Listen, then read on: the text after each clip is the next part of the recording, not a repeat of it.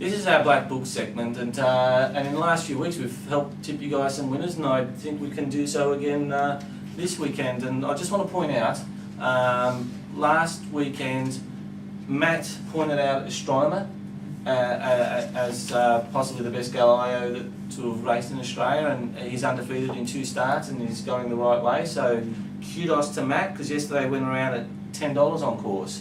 Yeah. So very well picked out, and it's a hell of a win too. it was a good win, exactly. And it was quite a strong race, because the second horse, Judge Me Not, came out of a Stan Fox. So Yeah, it was good effort. Generally, bunch finishes like that are dodgy form references, but I'll tell you what. But all 4 across the line were handy. Very handy horses, yeah. And it was the way the race was run as to why they finished so closely. So. And also, Suman was a big rap on Fist of Fury a couple of weeks back, so there's another one you guys could have taken out of, backed as a winner out of our Blackbookers.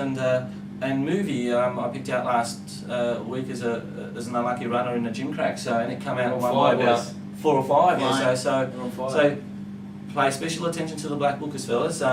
Alright, we'll lead off, let's lead off with you, Matt. What do you like as your Blackbookers?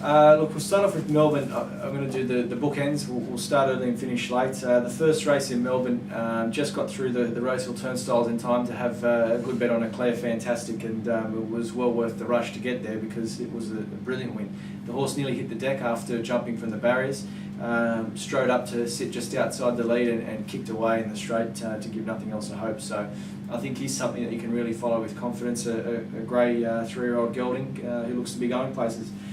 In the last race in Melbourne, the Latan Stakes over 1200, I had a little bit of a wager on Absolutely Fabulous. I thought it was a race that would suit her in a big field with a nice barrier, but it turned out to be a race where she struck a fair bit of trouble. Got out a bit too late, the bird had flown, but she still really charged to the line to suggest that there are a couple of wins in store if the Lee stable sticks around in Melbourne there with her for a couple. And if we go back to Sydney, look, I'm going to stick with the Astronomer. It was, just an ordinary restricted event there in Sydney with the grand finals being played out in Melbourne, but he's a horse that will be up there playing with the big boys soon enough. Perhaps not just yet, he's still got a long way to go. Very green horse, immature, plenty of racing to go under his belt just yet, but I'll tell you what, his first race, he couldn't have done any better than that, but yesterday there he was at the back, off the back of a slow pace, came right around the field. At one stage I thought hit a flat spot, but that could perhaps look that way when obviously they're sprinting so quick over that last 600, but then really found another gear and charged to the line and picked up what is a good horse in Judge Me Not, a horse that ran in Stan Fox last start, so all goes well for his future, that's for sure. Yeah, I have to agree with you there, Matty. Punters will have to wait a little bit for the Astronomer because I think they've sent him out for a spell. Yeah. And they'll be looking at races in the autumn with him. My first Black Booker is Impressive Eagle. I was one of the unfortunate people that backed her yesterday, hoping for even luck in running, and unfortunately she was just given no opportunity at all to win that race. Finished at a rate of knots once she finally got clear running. It was just a diabolical ride yesterday, and yes, she has got a difficult pattern of racing in that she gets back, but she just wasn't given a chance yesterday. She will be winning a race during the carnival beyond any doubt, and a good race. I think that she's got a good share of ability. She's got a great turn of foot, so stick with Impressive Eagle in those fillies and mares races, and I think you'll do well. A horse which I'd highlighted, as Arvo mentioned a couple of weeks ago, Fist of Fury, after he'd won a midweek race in Sydney. He came out at Rosehill yesterday and again won ultra impressively. He's a horse that is going from strength to strength.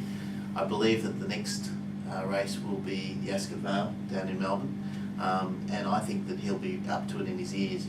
He's just, if horses like Verlander are the testing material, then I think that Fist of Fury will be winning that race. I wonder if even Impressive Eagle maybe goes there. She might not. She may go there, Matty, but yeah, against the Colts it might be a difficult. You have to be a real top filly, I think, to beat the Colts. And this Fist of Fury, he's got so much potential. He's got the ability to he settles in his races, and then he unleashes an incredible turn of foot. which we all like to see in It was a good effort, so it was against older horses. Yeah, it was, and I think he stamped himself as a star on the rise. So stick with him. Probably the other horse that again I've highlighted in previous weeks is Pillar of Hercules.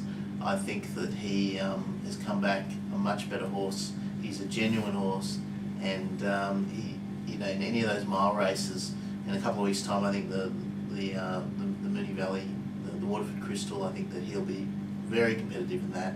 So stick with Pillar of Hercules. Hopefully he'll get a better run than yesterday, where he was 3 deep, facing the breeze the whole way. So I think that he'd be the third of my Blackbookers. I've got a few that I've seen racing during the week winning impressively, and I really do feel as though they're horses you can follow. They don't need to be racing in town for you to back a winner, but do look out for these. They're up and coming. The first one of them is a horse called Melpomene, I think it's pronounced, Melpomene, by 3-year-old filly by Elusive Quality out of the previous Oaks winner, Blackbookers. Brian Mayfield Smith trained her, so look out for her. She was ultra impressive the other day. She got a long way back out of the ground. The leaders crawled and skipped, and her last 100 metres, her turn of foot and the way she stretched out and hit the line on one suggested to me a horse will certainly be going to town and winning. Whether it's this campaign or not, we'll see, but she will step out again in the next fortnight or so look out for her. She'll win again. It was over 1200 the other day.